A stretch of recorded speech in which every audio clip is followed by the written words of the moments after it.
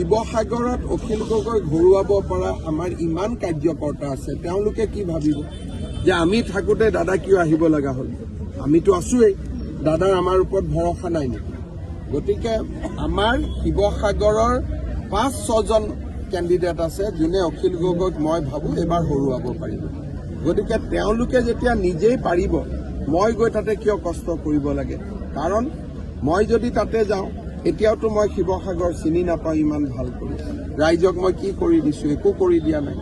আকৌ ইলেকশ্যন জিকাৰ পিছত মই গুৱাহাটীত থাকিম, মই গৈ কি কৰি দিম? একো কৰিব নোৱাৰোঁ। গতিকে ৰাইজক মই ঠগোৱা নহ'ব জানো? ৰাইজক ঠগোৱাটোতো মহাপাপ হয়। সেই পাপ কামটো মই কেনেকৈ কৰিম? এইটোতো কিবা কুস্তিৰ খেল নহয় যে অমুকত গৈ উঠি দিয়ক। হয়তো উঠিলে মই জিকিবও পাৰোঁ, কিন্তু জিকিলেও ৰাইজৰ লাভ কি হ'ব যদি ৰাইজে MLA জনক বিচাৰি নাপায়?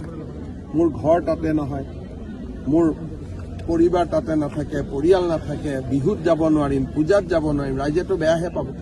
গতিকে ৰাইজে বেয়া পোৱা কাম বিজেপিয়ে নকৰে।